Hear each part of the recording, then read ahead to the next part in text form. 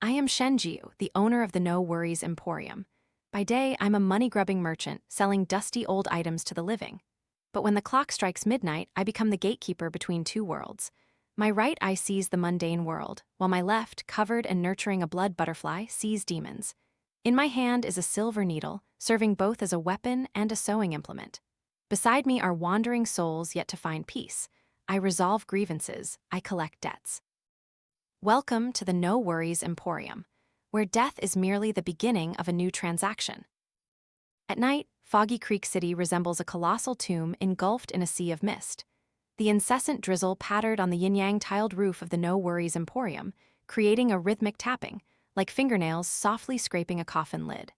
I sat at a rosewood table, a white silk cloth in hand, slowly polishing the rust from an ancient hand-bronze mirror. This mirror had just been unearthed from an ancient tomb on the outskirts, sealing within it a mirror demon. It kept moaning, demanding to be fed, making so much noise I couldn't concentrate on my book. Silence! If you make another sound, I'll melt you down and cast you into a toilet bowl. I tapped my finger lightly on the mirror's surface, and the whimpering immediately ceased. I am Shen Jiu. People call me the antique shop owner, but in the underworld they know me as the soul-soothing master, or more crudely, the corpsestitcher. The rules of the No Worries Emporium are simple: by day, antiques for the living; by night, commissions from the dead. Money for services rendered, life for life. A transaction of ultimate cost. The wind chimes hanging by the shop's door suddenly rang out, a long, piercing, urgent chime. Though the wind outside had died down, my left eye, covered by a black silk eye patch embroidered with gold thread, suddenly burned hot, an itching sensation crawling from its socket straight into my brain. It was the signal of the blood butterfly. The spiritual butterfly residing in my eye was hungry. It smelled food, a strong scent of death, mixed with expensive perfume and fresh blood. The heavy wooden door was pushed open. A cold draft swept in, bringing with it damp air. A group of people in black raincoats entered, led by a middle-aged man with an imposing presence. His face exuded power, but at that moment it was ashen, drained of all color. I recognized him, Wang Zhen-tian, the real estate magnate of Foggy Creek, known as Wang Half City, the man who owned half the city. Behind him were 4 tall bodyguards. They carried a large cello-sized suitcase. But judging by how they strained, whatever was inside was certainly heavier than a cello. Wang Zhen-tian didn't beat around the bush. He slammed a black card onto the tea table. 5 billion in cash. I want you to act tonight. I didn't look at the card, still bowing my head, polishing the mirror. Elder Master Wang, the No Worries Emporium has rules. No clients after midnight, and we don't handle murder or arson. Not murder. Wang Zhen-tian's voice trembled. He gestured to his bodyguards. The suitcase was placed on the floor, right in the middle of the shop. Click, the lock sprang open and the lid was lifted. Though I had encountered hundreds of bizarre corpses, from burned victims to drowned bodies, even dismembered ones, the sight before me still made my stomach clench. Inside the suitcase wasn't a musical instrument, but a girl, or more accurately, a raw, crimson mass of human flesh. The girl lay curled in a fetal position, her entire skin layer gone. From head to toe, only raw red muscles, pulsing purplish-blue veins, and pale yellow fat remained, matted together. The bleeding seemed to have been stopped, but tissue fluid still seeped out, soaking the velvet lining of the suitcase. More horrifying still, her bare chest was still weakly rising and falling. She's not dead. My future daughter-in-law, Suya? Wang Zhen-tian swallowed, struggling to suppress his nausea. She was in a fire, her skin completely destroyed. Tomorrow is the auspicious day for her wedding with my son. I can't let the guests see her like this. I stood up and approached the living corpse. The metallic stench of fresh blood assaulted my nostrils, making the blood butterfly in my left eye beat its wings frantically. I squatted down to examine her closely. There were no signs of fire or high temperatures. The muscle fibers were clean and intact. Fire? I scoffed, looking up at Wang Zhen-tian. Elder Master Wang, do you take me for a 3-year-old? The cuts on her wrists and ankles are so neat. It's clear a surgical knife was used to flay her. What's more, judging by the freshness of her muscles, she was flayed while fully conscious. Wang Zhen-tian's face hardened. You don't need to know too much. I just ask you, can you stitch a new skin onto her? I can. I stood up, dusting my hands. but I am a soul-soothing master. I stitch corpses to comfort wandering spirits to help the dead find peace. This girl, however, isn't dead. Her resentment is sky-high. If I stitch skin onto a living person, the needle will break, the thread will snap. I cannot bear such karma. I pointed to the door. Take her back. Return when she has drawn her last breath. Bang, a bodyguard drew a gun, its black muzzle aimed straight at my head. You refuse the toast, so you'll drink the penalty wine? Wang Zhen-tian roared, tearing off his polite facade. Shen Jiu, I know you possess dark arts, but are you faster than a bullet? Tonight you will do it. I've already prepared the skin, you just need to stitch it on. The bodyguard threw another bag onto the floor. Inside was a complete, pristine, white, soft human skin, preserved in a solution. Judging by its size, it belonged to another girl. Damn these beasts. I looked at the gun's muzzle and sighed. Why does everyone who comes here love using violence? I snapped my fingers lightly. Hee asterisk. A high-pitched child's giggle echoed from thin air. From the sleeve of my cheongsam, a tiny, hand-cut paper doll, no bigger than my palm, shot out like a white arrow. What? The bodyguard holding the gun didn't even have time to react before the paper doll clung tightly to his face. Ah, he shrieked in pain. Though fragile, the paper doll's grip was incredibly strong. It sealed his nose and mouth, suffocating him, and he frantically fumbled, dropping his gun to the floor. At the same time, my fingers subtly moved. Invisible threads, the silk of human-faced spiders I fed with my blood, had already crisscrossed the room. Thump, Wang Zhen-tian felt a sudden chill around his throat. A thread as fine as a strand of hair was tightening around his larynx. With just a slight flick of my wrist, his head would drop to the floor like a rotten watermelon.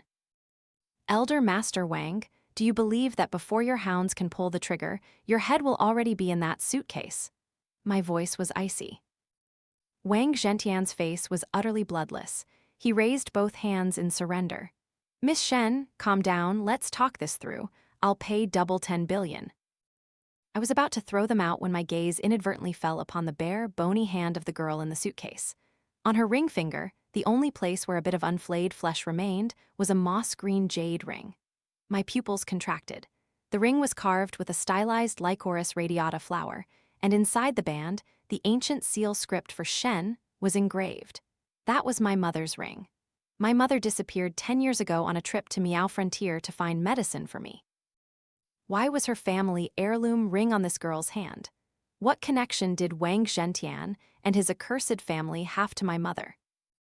I took a deep breath, retracting my killing intent. The invisible thread loosened from Wang Zhen-tian's throat, but still left a fresh red mark. Little Bai, come here. The paper doll released the bodyguard's face, fluttered around, and then darted into my sleeve, not forgetting to stick out its little red paper tongue to taunt the men. All right, I sat back down, my voice calm as if no brawl had occurred. I'll take this case, but not for your money. Wang Zhen-tian clutched his throat, coughing violently, his eyes fixed on me with a mix of terror and grudging acceptance. So what do you want? I want the ring on her hand. I pointed at the corpse. And I need 3 days. The skin you brought is garbage, unusable. I need to prepare it myself. 3 days, impossible. The wedding is tomorrow. Then find someone else. I lifted my teacup and took a sip. But let me warn you, a person flayed alive accumulates powerful resentment. If an ordinary tailor stitches her, on her wedding night, your daughter-in-law will turn into a vengeful ghost and rip your son's throat out. Wang Zhen-tian shivered. He gritted his teeth, visibly struggling with the decision for a long moment, then nodded. All right, 3 days, but you must keep absolute secrecy, and Suya must remain here. Of course. The bodyguards left the suitcase and retreated like a pack of dogs with their tails between their legs. The roar of the Rolls-Royce engine faded into the rain. The doors of the No Worries Emporium closed, restoring an unsettling silence. I walked over to the suitcase, looking at the pitiful creature barely clinging to life inside. Her breath was as faint as a flickering lamp in the wind. Help! Help! A raspy sound, fainter than a mosquito's buzz, escaped her raw throat. I sighed, gently stroking her lidless eyes to close them. Don't be afraid. I won't let you die in vain. I removed the eye patch from my left eye. In the dim light, my left pupil had no white, but was pitch black like ink, with a glowing red butterfly-shaped speck pulsing rhythmically within. Little deep time to eat. I leaned my face close to Suya's blood-soaked countenance. A delicate, smoky red butterfly flew out of my eye and darted into the girl's eye socket. Immediately, my world inverted. The metallic smell of blood vanished, replaced by the heavy scent of roses and the melodious strains of a symphony. I stood in a lavish room, and before me, a man held a gleaming surgical knife, smiling gently. "Good girl, Suya, don't cry. I'm just borrowing your dress for a moment." The memories of the flayed bride began to unfold, an agonizing pain shooting straight into my brain. It wasn't my pain, but a resonance from Suya's memories. When the blood butterfly linked our nervous systems, I became her. In the illusion, I saw myself bound tightly to a cold operating chair. My limbs were fixed with leather straps, my mouth gagged with a cloth, able to emit only desperate grunts. The room was decorated like a European noble's bedroom, but reeked of formaldehyde disinfectant. The walls were adorned with oil paintings depicting human body parts. Before me was Wang Zhen. He no longer possessed his usual refined, elegant demeanor. He was naked. I stared in horror at his body, a festering, rotten mess. His skin was covered in ulcers, oozing yellow pus, emitting a strong stench of decay despite being drenched in perfume. Patches of black, peeling skin revealed his ribs. "Suya, you're so beautiful." Wang Zhen held a silver scalpel, its blade as thin as a rice leaf, reflecting the chandelier's light. He gently traced the blade across my cheek, the icy sensation making me, Suya, tremble uncontrollably. "Your skin is smooth, elastic, full of life. It was born for me." He turned on an antique gramophone, and Beethoven's Moonlight Sonata filled the air, melancholic and haunting. "Don't be scared. The doctor said if I flayed you when you were dead, your skin would be gray and unhealthy, so I have to do it while you're alive. I'll give you anesthetic. You won't feel any pain, just a slight coolness." He chuckled, a twisted smile on his festering face, then leaned down and whispered in my ear. "My parents are watching. Don't embarrass me." I glanced at the corner of the room. In the shadows, Wang Zhen-tian and his wife sat on a sofa, holding glasses of red wine, their eyes fixed on me as if enjoying a thrilling play. His wife smiled encouragingly. "Son, begin. Remember to keep the facial skin intact." Rip, the blade made a decisive cut from the back of the neck down the spine. No pain, indeed, thanks to the anesthetic. But I heard the sound of my own flesh separating, a tiny asterisk squeak like silk tearing. And then a bone-chilling cold rushed in. The absolute horror made Suya's soul scream in silent agony. Gasp! I jolted awake, eyes wide open, escaping the illusion. Cold sweat drenched my shirt. I braced my hands on the floor, gasping for breath. The blood butterfly flew back into my left eye socket. Its wings glowed crimson, as if gorged on fresh blood. The depravity of this family far exceeded my imagination. They weren't just murderers, they were demons in human skin. I looked down at Suya. This girl was still barely alive, sustained by some dark art the Wang family had used to keep her living, to keep her skin fresh. But now, stripped of her skin, she was slowly dying. "Little Bai, get the needle set," I commanded. The paper doll immediately leapt onto the shelf, retrieving an ebony wooden box. I pulled out 7 silver needles, longer than an inch, and systematically inserted them into the major acupoints on Suya's bare body. Beihui, Danzhang, Kehai. This was the 7-star soul sealing technique. I had to seal her remaining life force, putting her into a state of suspended animation. Only then could I preserve her last vestiges of spiritual energy, awaiting the day of revenge. Just as I finished, dawn was breaking outside and the rain had stopped. Suddenly, a thunderous knocking shattered the stillness. "Police, open up!" I frowned. That was fast asterisk. The scent of the hounds was keener than I imagined. I looked at the raw, red corpse in the middle of the room.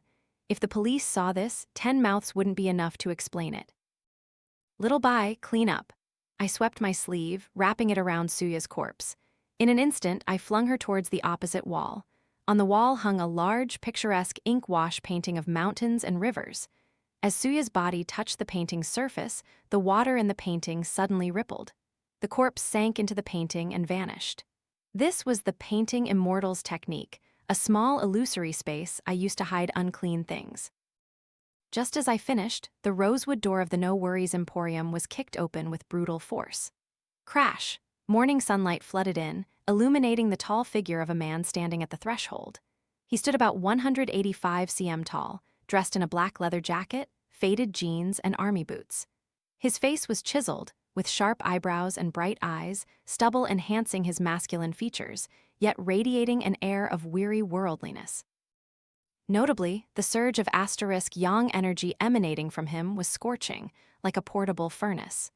The blood butterfly in my eye recoiled in fear, burrowing deep into its socket. Is this the legendary Yang Shat body? Demons and ghosts would either burn or be crippled upon meeting him. "Good morning, Madam Shen." He stepped in, not bothering to remove his boots. His heavy footsteps echoed on the wooden floor. He pulled out his badge, flashing it before me. "Ling Xiao, Captain of Serious Crimes Unit 9. We received a report last night about a suspicious vehicle coming here." I calmly sat down, pouring a hot cup of tea. "Captain Ling is breaking down people's doors early in the morning, the standard operating procedure for Foggy Creek Police." Ling Xiao didn't reply. His razor-sharp eyes swept around the shop. He sniffed as if detecting something. "Blood," he murmured, his gaze settling on a tiny blood stain remaining on the floor. Suya's blood that had seeped out earlier and the smell of formaldehyde. He quickly strode over, knelt down, wiped his finger across the blood stain, and sniffed it. Fresh human blood. Ling Xiao looked up, staring at me intently. "Madam Shen, how do you explain this?" I shrugged, casually saying, "Last night, I slaughtered a chicken for a prosperity ritual. Do the police now interfere with common folk eating chicken?" "Chicken?" Ling Xiao scoffed. He stood up and moved closer to me. The heat from his body radiated hotly onto my face. "What kind of chicken smells like human blood? Miss Shen, I've been watching you for a long time. Your shop sells fake antiques by day and deals with ghosts and demons by night. Don't think I don't know." "Do you have any proof?" I looked him straight in the eye, utterly unafraid. Ling Xiao narrowed his eyes. He knew I was an expert in this field. He turned and began searching, overturning ceramic vases, shining his flashlight under cabinets, even tapping on the walls. Nothing. It was completely empty. Finally, he stopped before the ink wash painting on the wall where I was hiding Suya. My heart skipped a beat. This man's sixth sense was far too sharp.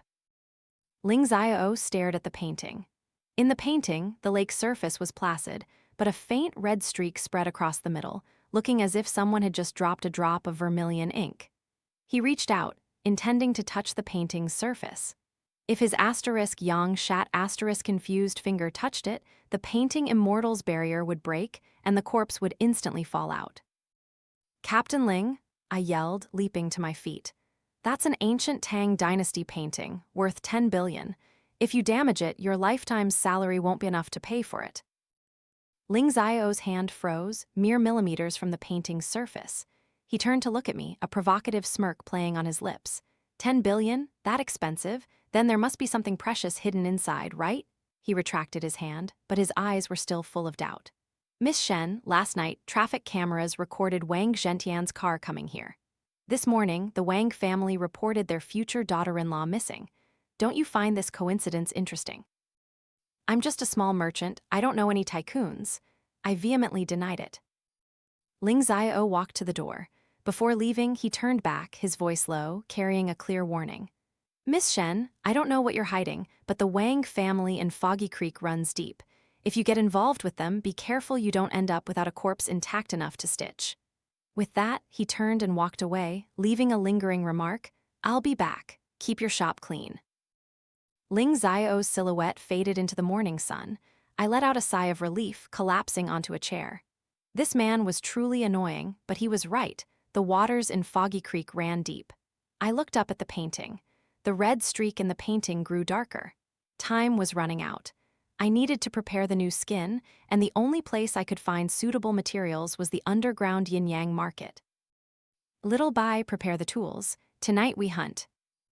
11:00 p.m. Foggy Creek City was deep in slumber, but for some, the new day was just beginning. I donned a long black coat that covered my neck, put on a fanged embroidered mask, and tucked Little Bai into my inner pocket. My destination was Old Subway Station Number 4, an abandoned station from the 90s after a tunnel collapse buried hundreds of workers. People rumored it was haunted, and the authorities sealed it tight. But few knew it was the entrance to the yin-yang market, the largest black market in the Three Realms. I lit a handful of joss paper money right in front of the rusted iron rolling door of the station. Green flames flared up, licked the padlock, *click*.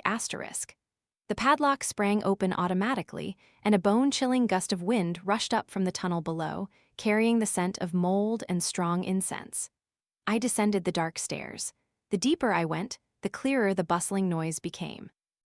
It wasn't ordinary human chatter, but a mix of rumbling, shrieking, and shrill haggling, like fingernails scraping a blackboard. The yin-yang market appeared before my eyes. Under the dim light of floating human skin lanterns, hundreds of stalls were laid out along the old train tracks. Buyers and sellers here were of all kinds: rogue Taoists, demons cultivated into human form, black market dealers, and even restless souls refusing reincarnation.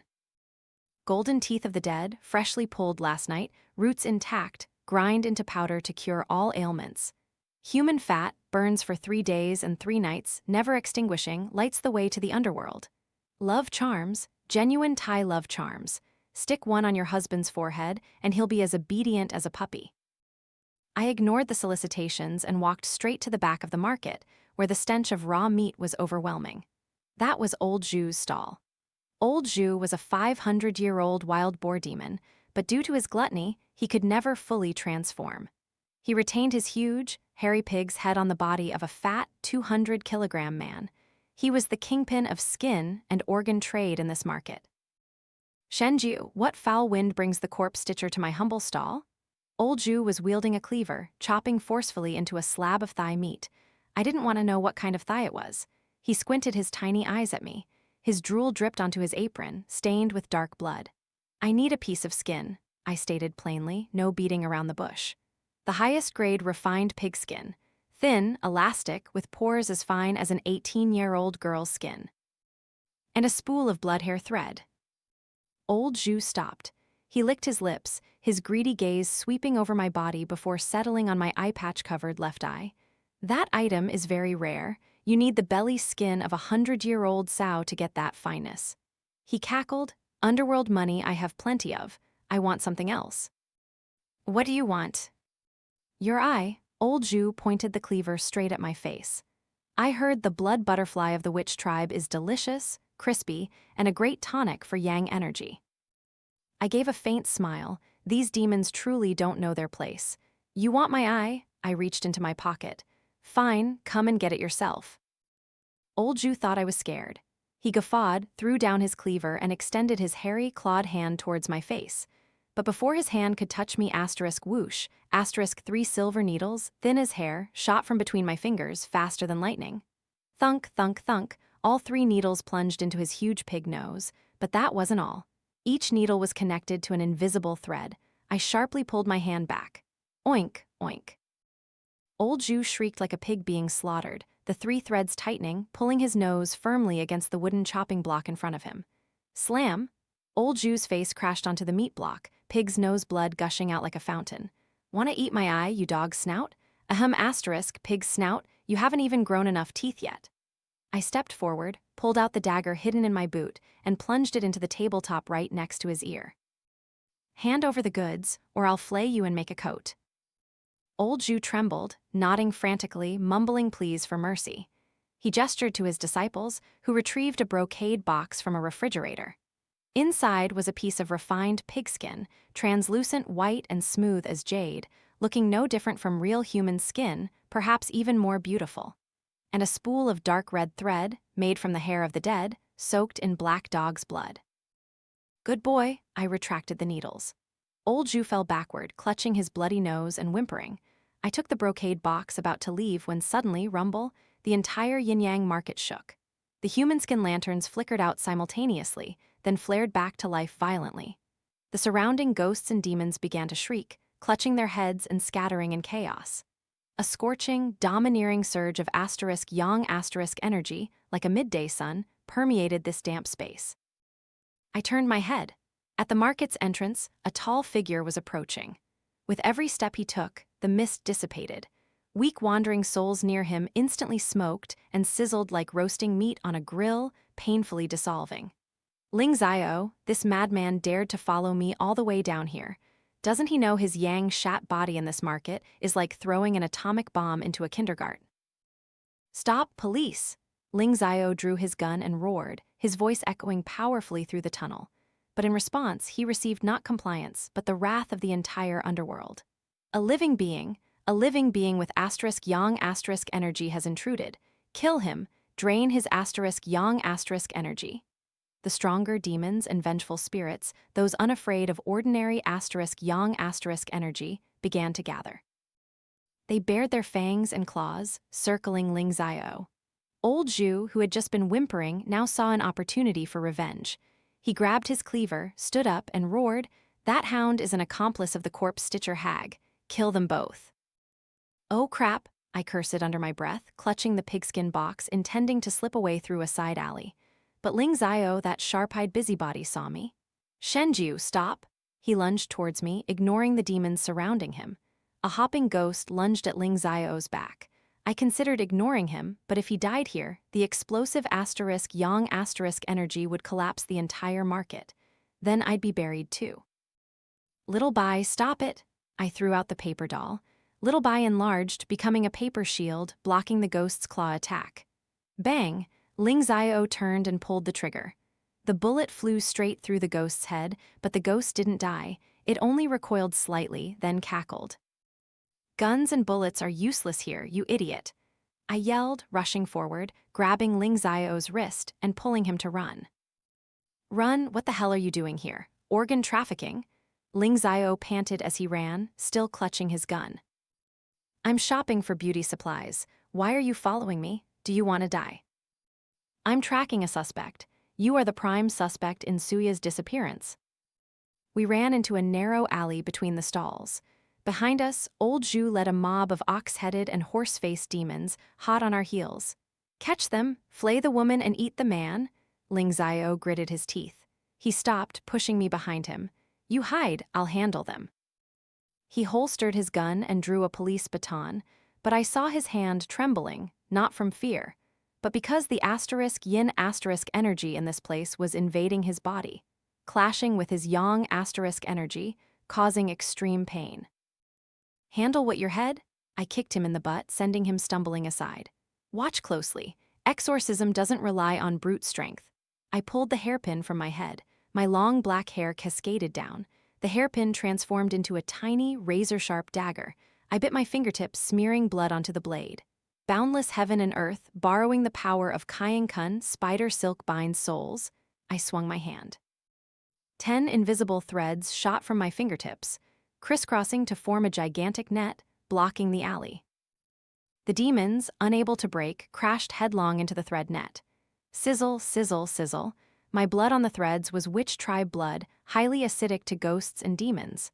The demons, cut by the threads, smoked black and shrieked terribly. Old Zhu, with his thick skin and fat, rammed through the net, lunging straight at me. His cleaver chopped down towards my head. "Watch out," Ling Xiao yelled. In that moment of life and death, Ling Xiao lunged forward. He didn't use a weapon but slammed his own body into Old Zhu. Boom! When Ling Xiao's flesh touched Old Zhu, a small explosion of asterisk yang asterisk energy occurred. Old Zhu shrieked in horror as if pressed against a red-hot iron, then flew backward, a large patch of his chest scorched black. Ling Xiao was also thrown back, coughing up a mouthful of blood. I didn't hesitate. I grabbed Ling Xiao by the collar, dragging him towards an emergency exit, an underground sewer leading to the surface. 10 minutes later, we emerged from a manhole cover in the city's Central Park. Both of us collapsed onto the grass, panting like two black dogs after a race. The stench of the sewer clung to us. Ling Xiao wiped blood from the corner of his mouth, then turned to look at me, his gaze more complex than ever. "What exactly asterisk are you?"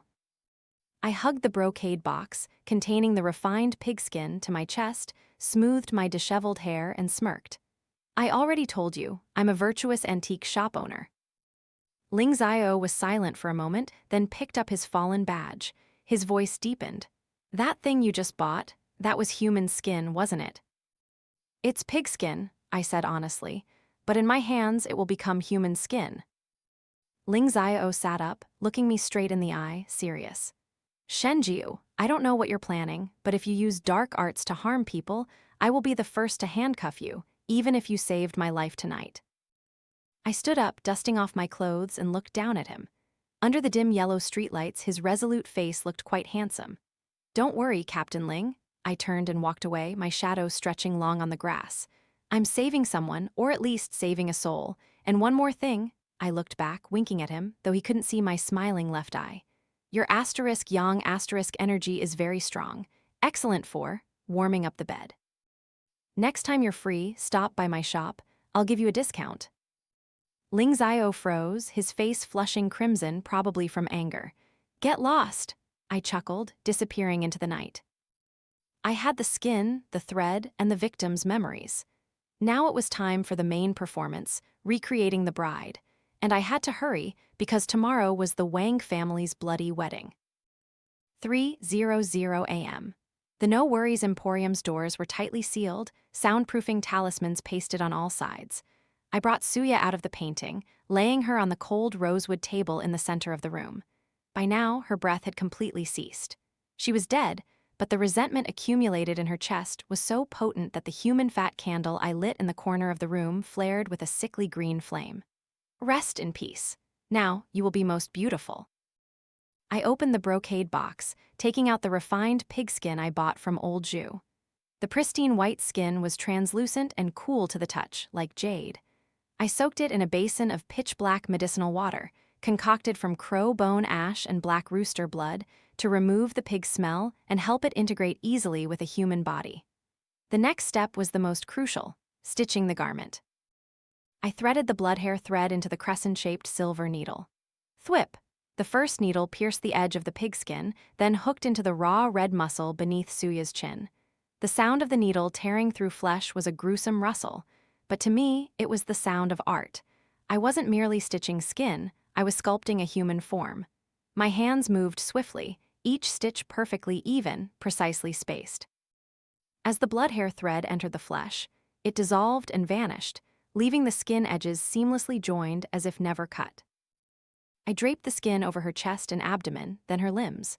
The refined pigskin was miraculous in its elasticity, molding itself perfectly to every muscle fiber of Suya, creating curves even more flawless than when she was alive. Reaching her left breast, where Suya's heart had stopped beating, I paused the needle.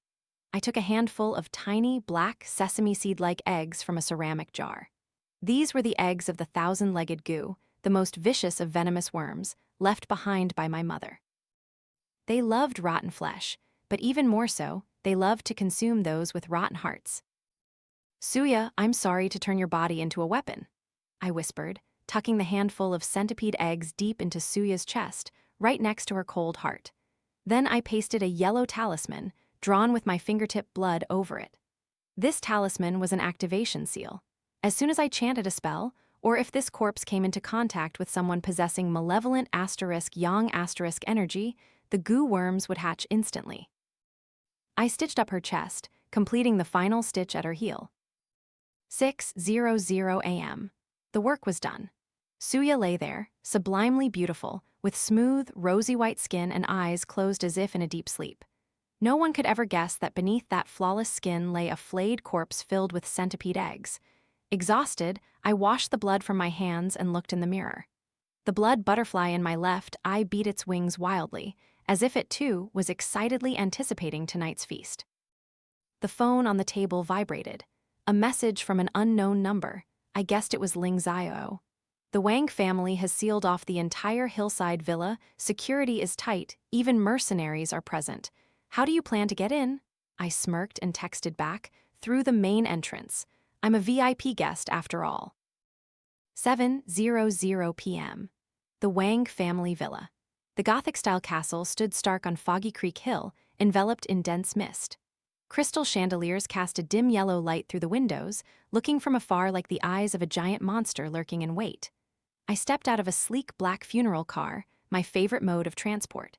Today, I wore a black velvet cheongsam embroidered with fiery red lycoris radiata flowers, holding a folding fan.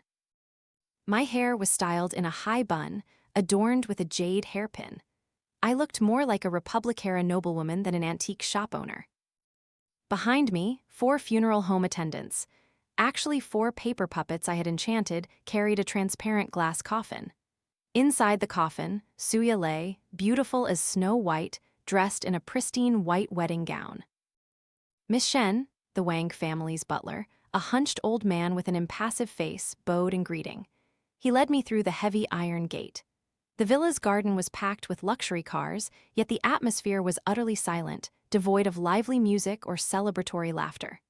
Guests stood scattered in the garden, all of them, men and women alike, wearing elaborate Venetian masks that covered half their faces.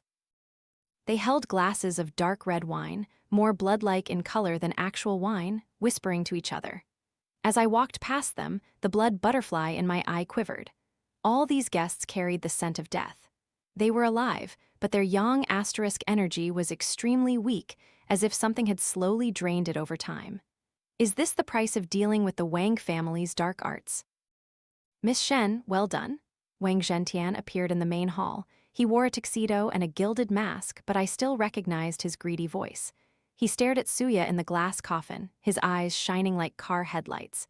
Beautiful, so beautiful, even more beautiful than when she was alive. He reached out to caress the glass, admiring the flawless, rosy skin. You truly are an artist. Have the 5 billion been transferred? I asked coolly, fanning myself with my fan. Transferred plus a 1 billion bonus. Wang Zhen-tian laughed heartily. Please come into the party. The auspicious hour is approaching. My son is eager to meet his bride. I stepped into the grand hall, adorned with tens of thousands of white roses and red candles. The combination of funerary and celebratory colors made the space even more eerie. In a hidden corner of the hall, I saw a waiter carrying a tray of drinks. He was tall and broad-shouldered, and despite his attempts to stoop, his crane amongst chickens aura couldn't be concealed. Ling Xiao asterisk. He wore a cheap clown mask and glanced at me. I gave a slight nod in acknowledgement. Esteemed guests, the MC's voice boomed. The hall lights flickered off, leaving only a spotlight aimed at the main staircase. Welcoming the groom, young Master Wang Zhen, scattered applause ensued. From upstairs, a figure descended. I held my breath, watching, and then my stomach churned. It was a woman, dressed in a white groom's suit with a slender, delicate figure. The face was indeed Suya's face. No, more precisely, it was Wang Zhen, wearing Suya's actual skin. The real human skin, flayed and tanned, now clung tightly to Wang Zhen's festering body. But because his male skeletal frame was slightly larger than Suya's, the skin was stretched to its limit. At the corners of his eyes and mouth, the skin was pulled so taut it was almost tearing, forming a grotesque, stiff smile. He walked gracefully, but occasionally raised a hand to scratch his neck, as if the new skin was itching him. "Oh my God!" a female guest standing near me exclaimed, her hand trembling, spilling her wine. Wang Zhen approached the glass coffin. He looked at Suya's corpse, wearing the pigskin inside, then back at the real Suya skin he was wearing. He cackled, his deep male voice emanating from the young girl's cherry lips. "Wifey, are you cold in there? Let me warm you up." He bent down and kissed the glass. The sight of a man wearing human skin kissing a pigskin-wrapped corpse gave me, a seasoned, soul-soothing master, goosebumps. "Miss Shen," Wang Zhen looked up, his eyes, still a man's vicious eyes, staring straight at me through the eye sockets of the flayed skin. "My father said you have very beautiful eyes, as beautiful as a blood butterfly's." He walked closer to me. The heavy perfume couldn't conceal the smell of putrid flesh emanating from within that human skin. "Would you like to be my concubine? Your skin would surely fit me better than this set." He extended his hand, encased in a human skin glove, intending to touch my face. In the distance, I saw Ling Xiao's hand slip inside his vest, ready to draw his gun. I calmly raised my folding fan, blocking his hand. "Young master, you flatter me."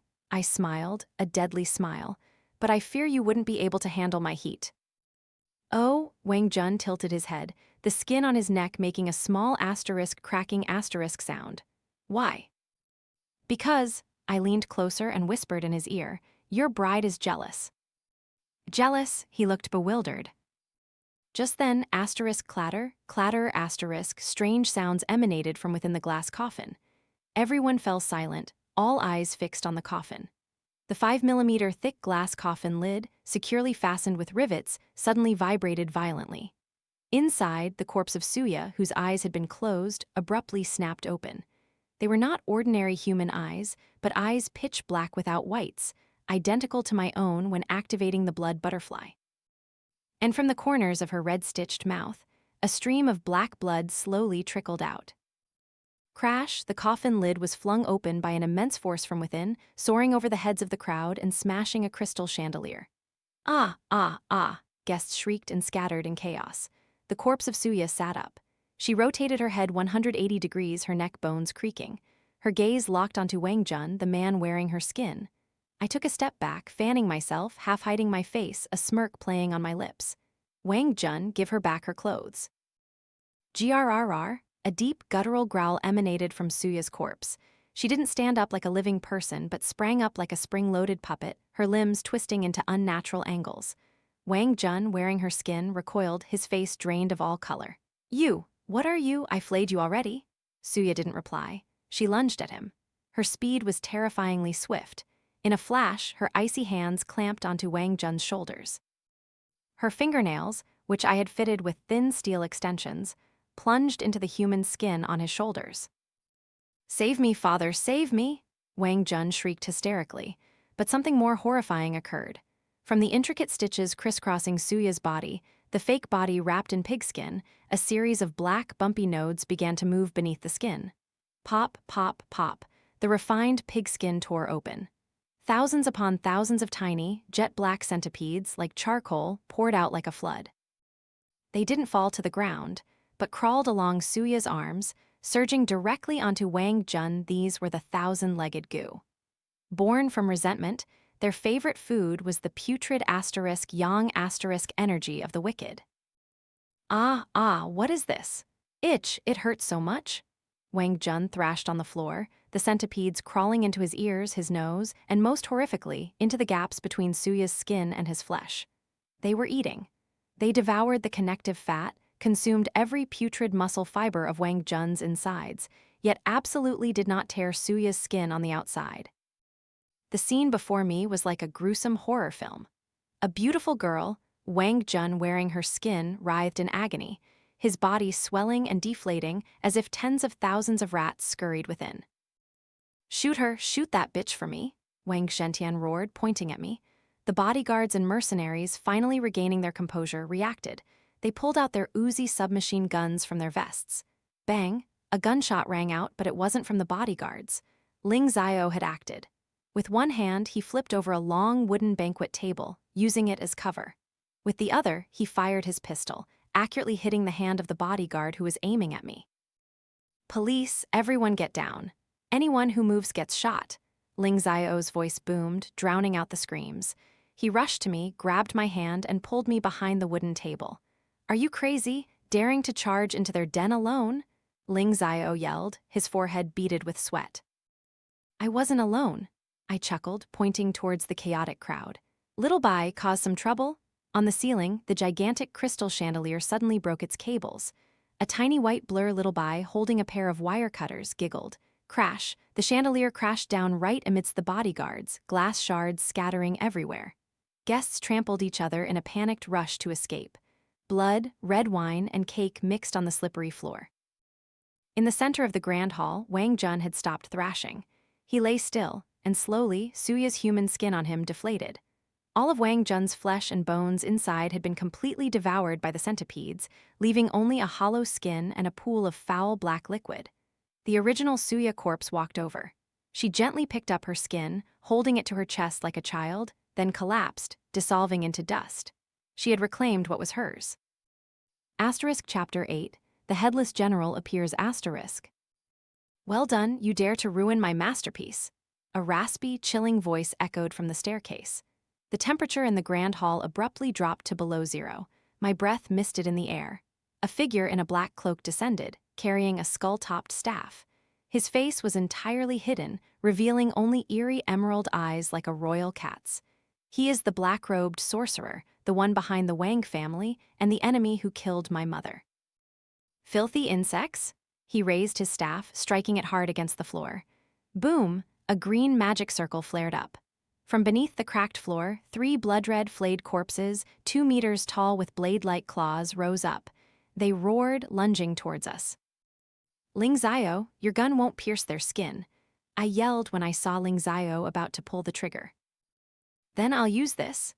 Ling Xiao threw away his gun, pulled out an electric baton, and simultaneously bit the tip of his tongue, spitting a mouthful of Yang blood onto it. He lunged forward as fast as a leopard. Whack! Ling Xiao's strike hit the head of the leading blood corpse. The Yang blood combined with the high voltage, making the monster's head sizzle and burn.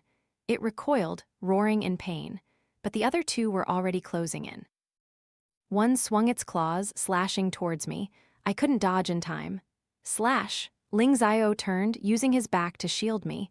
3 claw marks tore through his vest, ripping into the flesh on his back. Fresh blood splattered onto my face. I was stunned. Why did this idiot take the blow for me? Don't just stand there gawking. Ling Xiao gritted his teeth, sweat pouring down his face from the pain, but his hand still tightly clutched the baton, protecting me. Do your witchy stuff, I can't hold them off for long. Ling Xiao's blood, the blood of a person with the Yang Shat fate. I looked at the hot, pulsing blood on my hand. This was the most potent conduit in the mortal realm. Ling Xiao, let me borrow a little more blood? I didn't wait for his consent. I swiped my hand, taking blood from his back, and smeared a long streak onto the rusted ancient sword I wore on my back.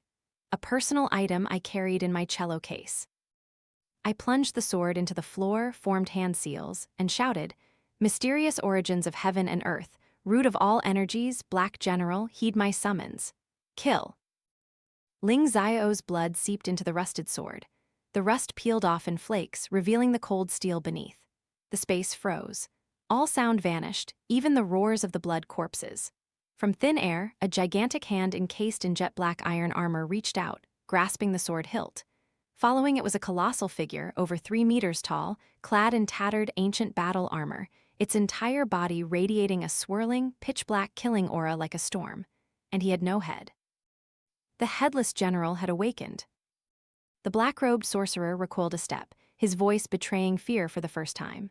"A ghost god? You raise a ghost god?" The general did not speak. How could he without a head? He simply performed a single, plain action, a horizontal sword swing without flourish. Swish! The 3 charging blood corpses suddenly froze. A second later, all 3 bodies slid apart from their waists, severed in half, collapsing to the ground like discarded chunks of meat, black blood gushing like springs. The general took another step towards the sorcerer, the marble floor cracking beneath his feet. The black-robed sorcerer knew he was doomed. He threw a thick smoke bomb, simultaneously yelling, "Wang Zhen-tian, hold them off!" Then he vanished in the smoke. Wang Zhen-tian, now scared out of his wits, was about to flee, but his wife, the woman who had been silent until now, suddenly burst into laughter. She pulled out a dagger hidden in her sleeve, but instead of attacking us, she plunged it straight into Wang Zhen-tian's heart. "Useless men," she pulled out the dagger, blood splattering onto her cracked face. "Your blood will help me postpone aging for a few more days."